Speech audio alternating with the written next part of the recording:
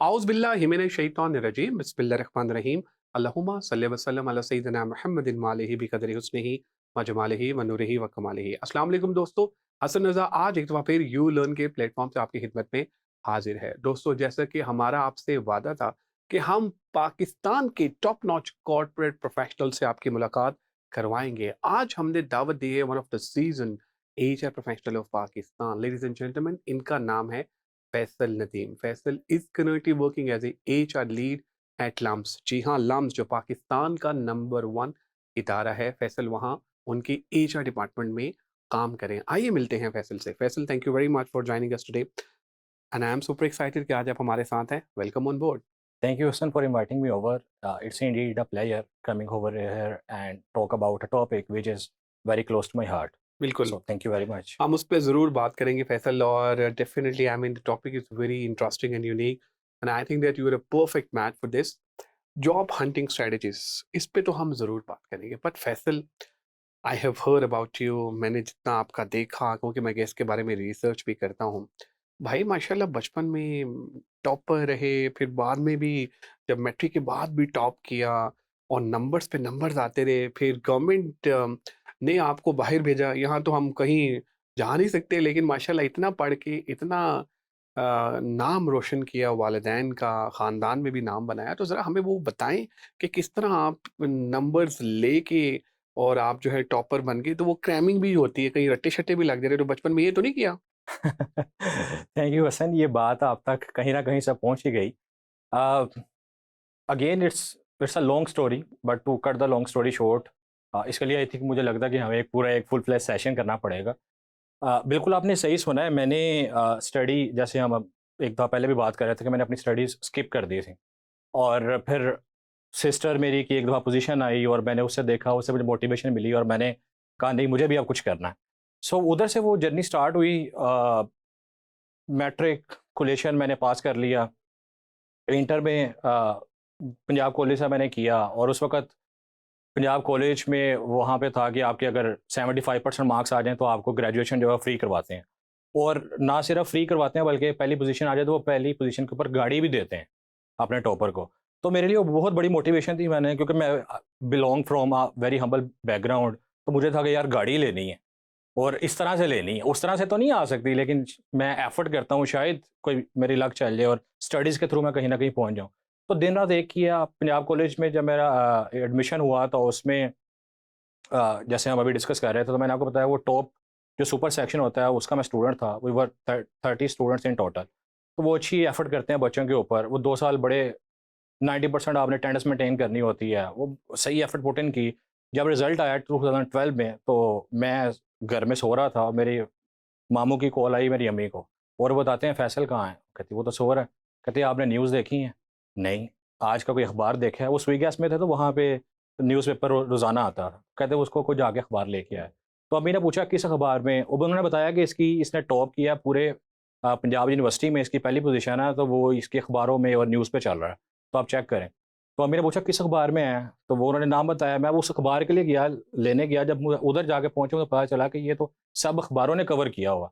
तो उसमें से उस वक़्त जो कलर्ड एक न्यूज़पेपर था वो वापस ले आया, घर में पता चला और वो सब मोहल्ले में पता चल गया फैसल ने टॉप कर लिया, फैसल ने टॉप कर लिया. Again to cut the long story short, फिर उसके बाद I was selected for the Europe tour by government of Punjab और we visited London, Sweden, Germany और इनके आगे स्टेट्स, इनकी आगे सिटीज़, फिर कैम्ब्रिज यूनिवर्सिटी, ऑक्सफोर्ड यूनिवर्सिटी, फिर पाकिस्तानी कम्युनिटीज़ की जो है वो वहाँ पे रिसेप्शंस अटेंड की, एम्बेसीज़ को मैंने विज़िट किया.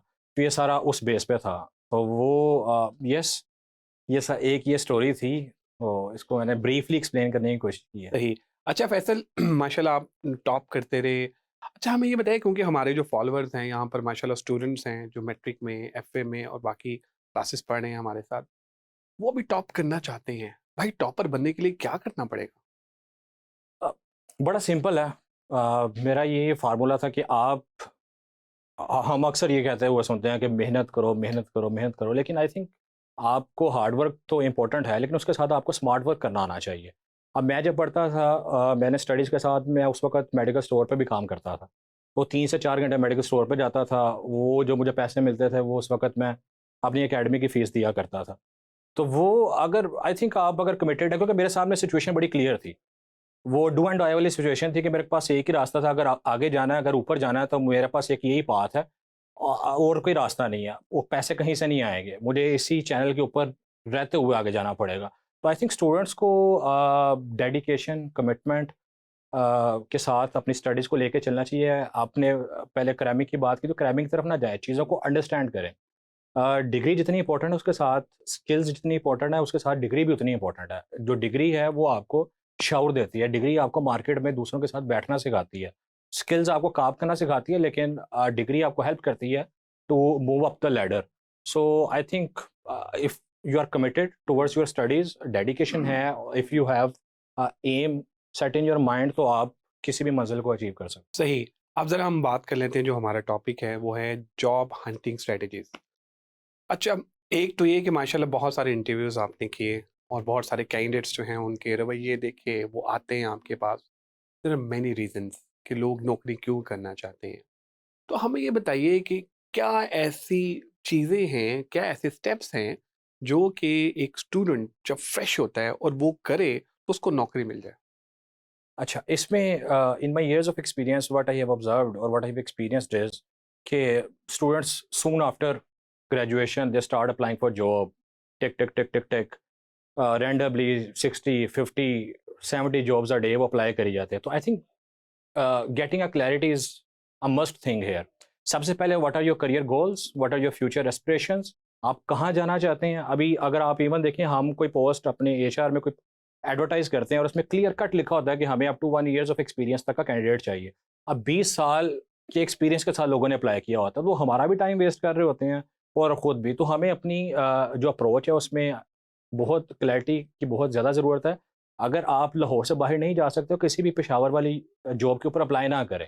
सो I think getting a clarity at first बहुत ज़्यादा ज़रूरी है। और कोशिश ये करें, स्टूडेंट्स के लिए स्पेसिफिकली ये मैसेज है कि जब आप when you are about to graduate, तो आप जो इंडस्ट्री एकेडेमिया का एक गैप है वो एक टाइम के बाद जाके ब्रिज होगा, लेकिन आप अपनी रिज्यूमे राइटिंग की जो स्किल्स हैं, इंटरव्यू टेक्निक्स हैं, अपना नेटवर्क जो है वो बिल्ड करें, ऑनलाइन प्रेजेंस अपनी बिल्ड करें, क्योंकि पर्सनल ब्रांडिंग समथिंग जो कि आपको इंटरव्यू देने के लिए नहीं जाना पड़ता, बल्कि पर्सनल ब्रांड अगर आपकी ऑनलाइन प्रेजेंस अच्छी है तो इंटरव्यू अपॉर्चुनिटी आप तक खुद चल के आ जाती है। तो I think this is important. बिल्कुल सही। अच्छा, अब ये बताइएगा कि अभी आपने बात की इंटरव्यू टेक्निक्स की, ऑनलाइन प्रेज़ेंस की, लिंक्डइन आप भी यूज़ करते हैं, लिंक्डइन मैं भी यूज़ करता हूँ।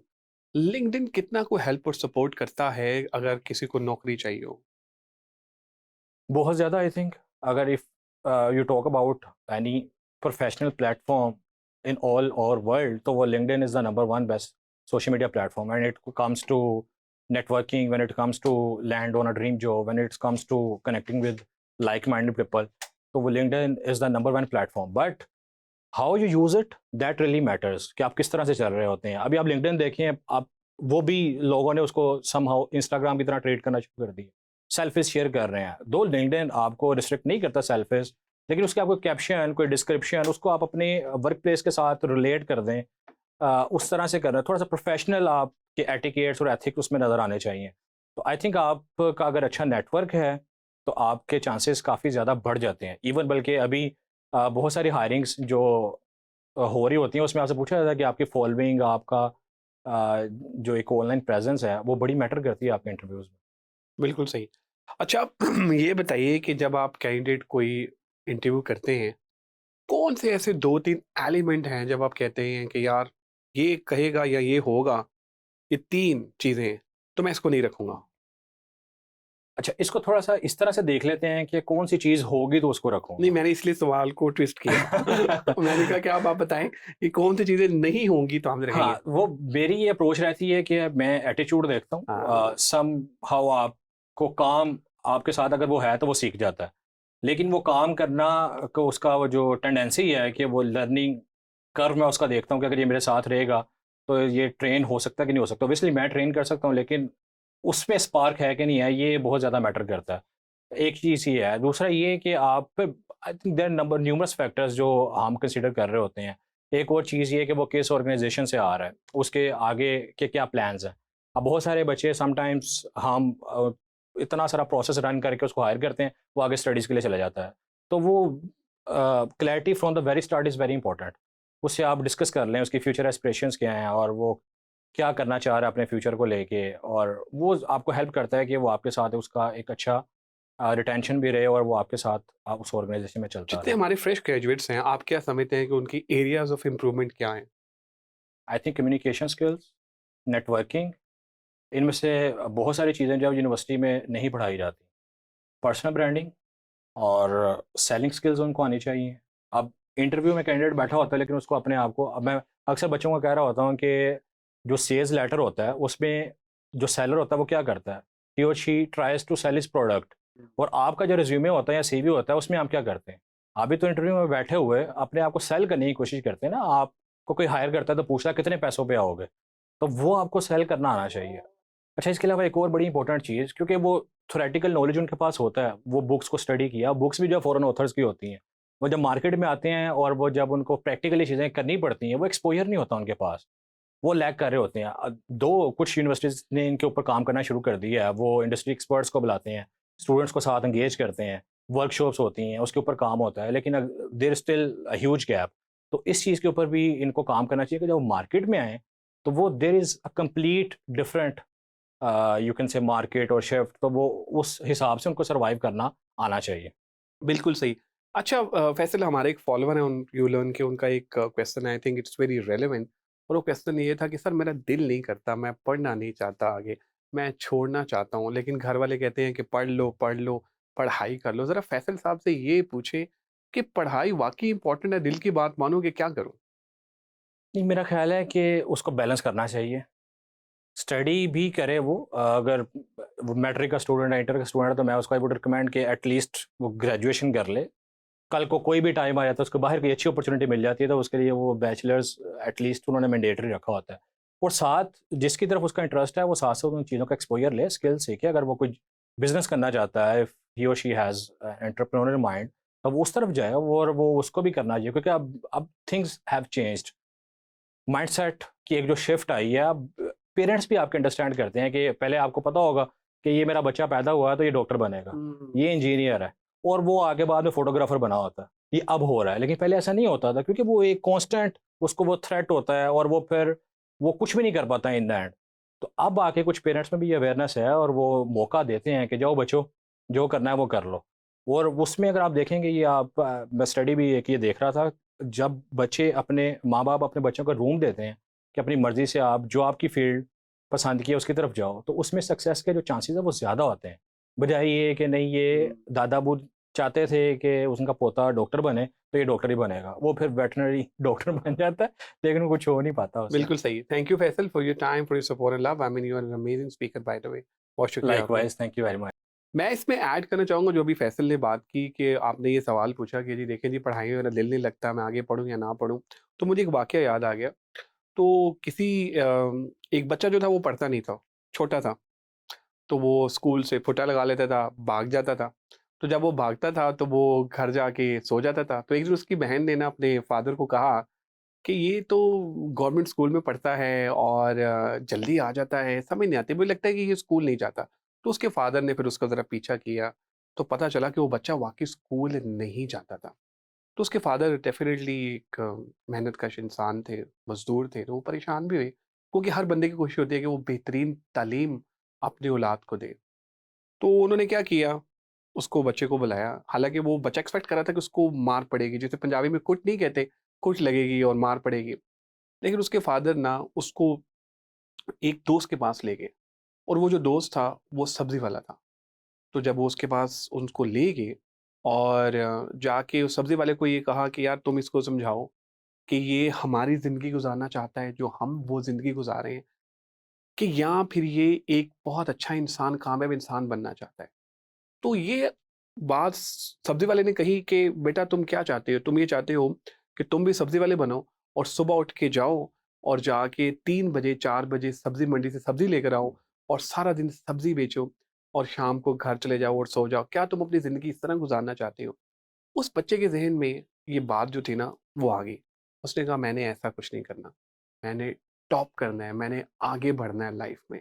तो फिर वो आगे बढ़ा और आजकल माशाल्लाह बहुत सीज़न्ड प्रोफ़ेशनल भी है। कहीं न कहीं काम भी कर रहा होगा। तो दोस्तों आई थिंक ये एक इम्पॉर्टेंट चीज़ है कि पढ़ाई हमारे लिए बहुत ज़्यादा ज़रूरी है। मैं ये नहीं कहता कि आप खाली डिग्री लें, स्किल्स ना सीखें, but I think there is a combination, both combination is important. क्योंकि खाली स्किल्स की बेस पे आप मेरा ख़्याल है बाहर कहीं अप्लाई करें तो आपके लिए थोड़ी मुश्किल होएगी। लेकिन अगर आप पढ़ेंगे, डिग्री के लिए अप्लाई करेंगे तो फिर मेरा ख़्याल है सारे मुल्क जो हैं वो आपको डेफ़िनेटली लेंगे। एनीवे अपना फ़ीडबैक हमसे ज़रूर शेयर कीजिएगा ताकि हम भी इम्प्रूव कर सकें। दुआओं में याद रखिएगा, इंशाअल्लाह अनकरीब एक नई टॉपिक, नई केस के साथ आपकी खिदमत में दोबारा हाज़िर होऊँगा। Take care, bye bye.